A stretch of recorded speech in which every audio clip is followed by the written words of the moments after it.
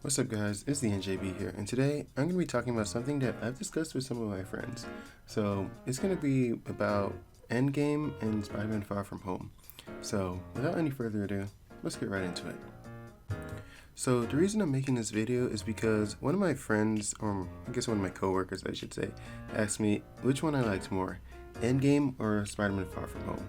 And I gotta admit, I had to think about it for a sec, but I eventually just came to the conclusion that when I walked out of the theater of both movies, and I watched both of them twice, I walked out much more happy and just, I don't know, just better after Far From Home than Endgame.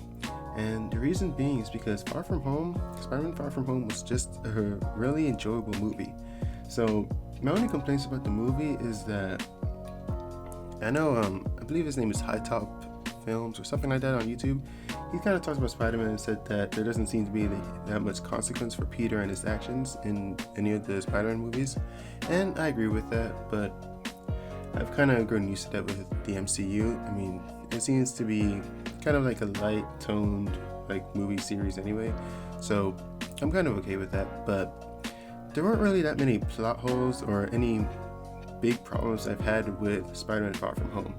And there were plenty of that with Endgame. I mean, with Endgame, from the beginning, how Ant-Man came out of the quantum realm just because a rat ran over the controls for the quantum machine or whatever it's called. From the time travel, just not making that much sense or having that consistency with its meaning. Just to other things like the Soul Stone, like them acquiring their Soul Stone, even though the rules clearly said you have to sacrifice someone you love, and I don't know if Hawkeye and Natasha really had those feelings for each other. Also, it has to be done by sacrifice, or by you specifically sacrificing someone, not by someone sacrificing themselves. It's just all these little plot points made it really hard for me to enjoy the movie. And I'm gonna admit it, I didn't feel like crying at all in Endgame. So, just those things. I know lots of people don't really care. Many people loved Endgame. Many people hold it really dear to their heart. But personally, I did not enjoy it like other people did. I felt like the movie is madly overrated. And it does have some enjoyable parts, but it really does feel like it was rushed. And I just don't like it as much as some of the other movies. Now, with Far From Home, I was enjoying the movie pretty much all throughout the movie. I mean, the Mysterio scenes are probably the best parts of the movie because it's one thing seeing it in comics or TV shows when he goes through all the illusions, but just seeing it in real life, I mean, that was very cool. It was very insane. And just seeing how he just worked it on Spider-Man, just seeing how he tricked Spider-Man into walking on a train track and he got hit by a train, I mean, that was just insane. And seeing how Spider-Man overcame it using a spider sense, or Peter Tingle, whatever, that was great. And I just really enjoyed it. So, I'm not really here to make a full review of either one of these movies.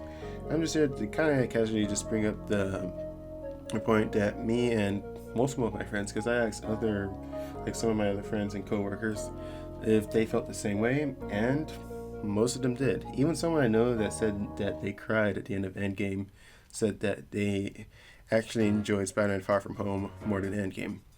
So, I just thought that was kind of interesting. I'm not saying that Endgame is a bad movie because I do think it has many plot holes, and personally, I don't like it as much as the other Avengers movies, and I'm pretty sure other people will have different opinions. I know most people, they praise Endgame, most people love it. As I said, it's gotten like 90 reviews on pretty much every site. But personally, I don't think it was that great. And I just felt like some of it seemed rushed. It seemed like very overloaded with content. I mean, the first half of the movie is just purely depressing, purely just talking and no action. And I get that they've went 5 years without people, but I feel like it was just too much. They should have just shortened that part of the movie down and kind of kept it to just kept things happening.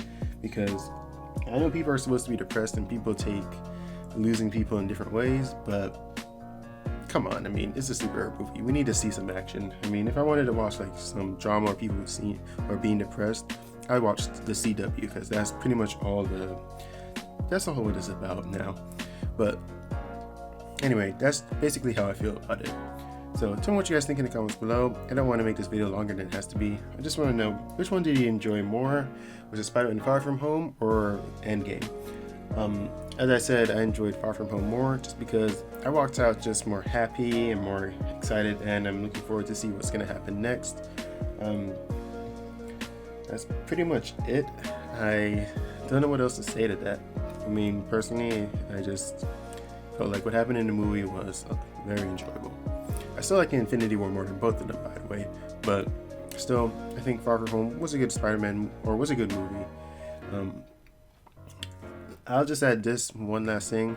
With the Spider-Man movies that Disney has been releasing, personally, I think they are good movies, but I just don't think they're good Spider-Man movies. I just think that this Peter Parker, the only thing that relates to him in, I guess, the comics or TV shows, I mainly watch TV shows, I just think that his age and how he looks is the only thing that really relates to Peter Parker that we know.